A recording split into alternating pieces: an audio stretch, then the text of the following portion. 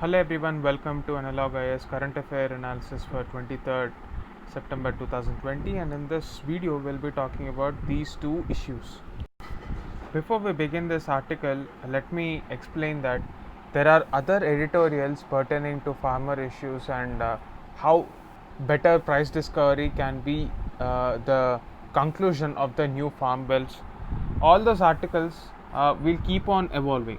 The orientation of these editorials is to ensure that we take an issue from the news and cover it comprehensively.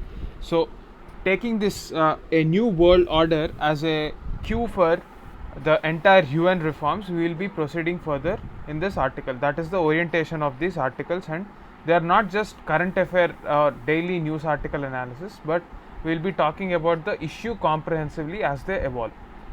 So this article is taken from the Hindu, and it is about how the United Nations, which was set up 75 years ago with the principal aim of maintaining peace and security, has a new role in this new multilateral setup, and what are the evolving challenges. That is the orientation.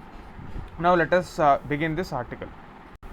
For starters, we have to realize that UN was a 20th century organization which was set up in the context of the World War II. So was it successful in the objectives with which it was set up? Yes, we can say that, because after the World War II, the major challenge was maintaining peace and decolonization. There were a lot of colonies in Africa and Asia, and it was the responsibility of UN to ensure that these colonies are decolonized and slowly transit towards a modern democracy. So as far as this objective is concerned, UN has been very successful. But if we take a look at the 21st century, the challenges that we face in the present world are completely different from what we have faced in the 20th century. In the 21st century, as accentuated by this pandemic and reiterated by this pandemic, the biggest challenge would be environmental concerns, and because of the lack of resources, we will have nations at war with one another, and we are creating a multilateral world. So a rules based world order is the objective with which we should move forward. So this new world order is demanding that we recreate the rules in which UN becomes the central agent. So the UN at present is functioning on the models laid down in the 20th century. So the requirement of the 21st century is to address this problem of multilateralism and the breakdown of institutions. Say for example, UNESCO, World Trade Organization, and various other international organizations have been sidelined by US. So we don't want a situation where a single power tries to topple the world institutions, though that is the agenda with which we should move forward, and India has a major role in this. If we take a look at the challenges that UN is facing right now, the first one would be the rise of a new world order. So in this new world order, we are witnessing a sort of a new Cold War, but this time it is against China that US has a problem with. So the conflict between US on one hand and Russia and China on the other has been a new reality in this West and East conflict. Now when we are talking about a new world order, we also have to take another theme where the West is divided. Despite the enduring post-war alliances after the Second World War, there is a growing divergence between US and Europe. When we are talking about Europe, we are basically talking about European Union. So there are a lot of global issues on which US and European Union are differing. For example, there is a difference between how US looks at Iran and Europe looks at Iran.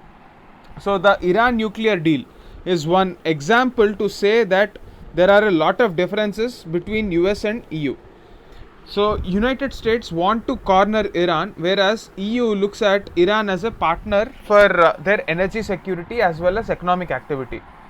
Second example that we can talk about is the emphasis of US's America First or USA First policy. So this has been hurting trade, especially with one of its largest trading partner, European Union. So they are divided on these times. The next challenge that we can talk about is the ineffectiveness of UN. Say for example, take the present context of World Health Organization, a UN recognized body which has not been able to respond effectively to the COVID crisis.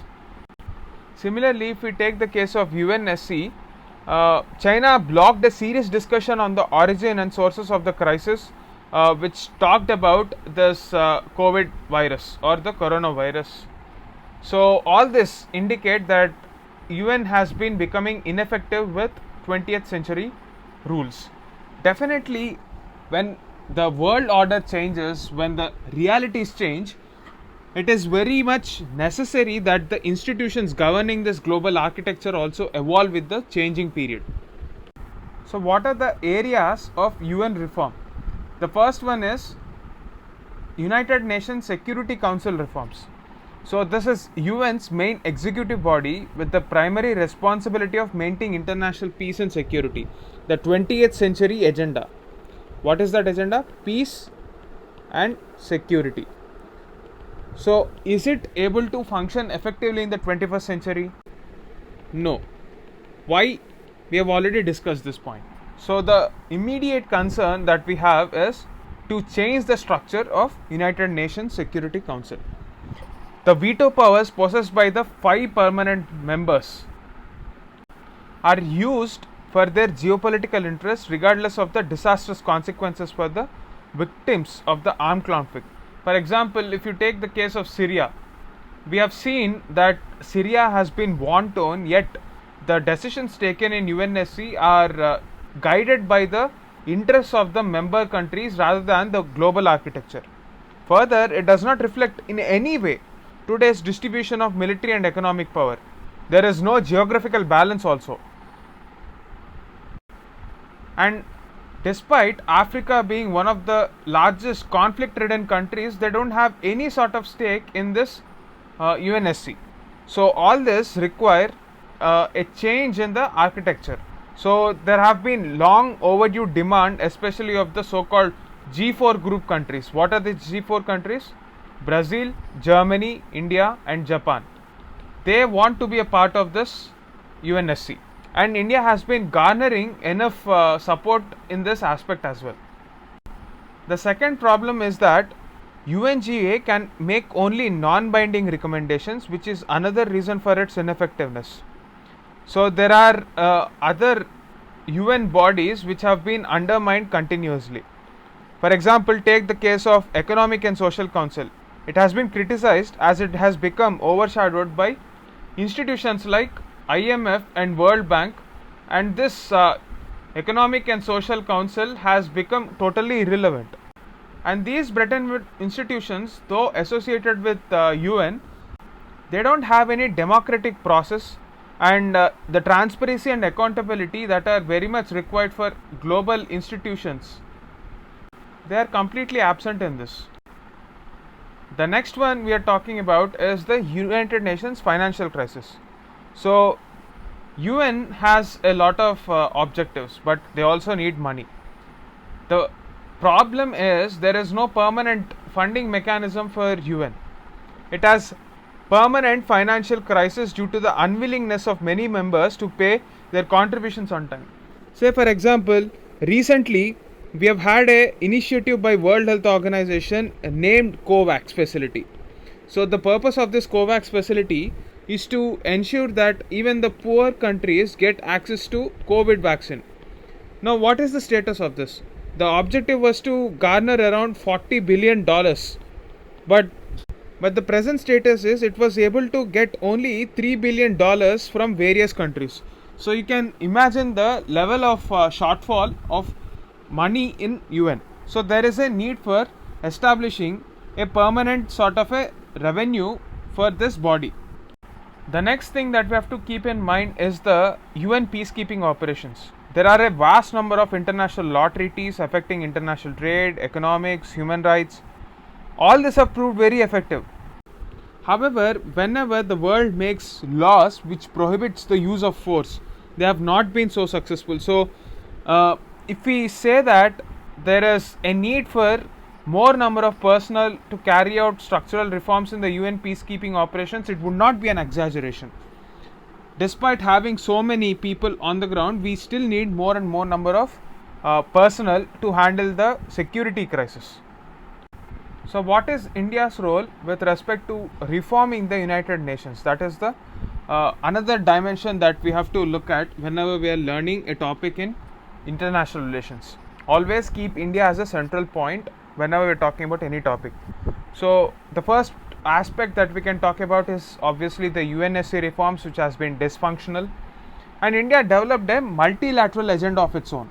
So, from the times of Second World War, India has its agenda of its own. That is the reason why we have allied with no other country and created the non-alignment movement during the Cold War era. So, decolonization, disarmament, and the creation of new international economic order has been the trademark of India's foreign policy.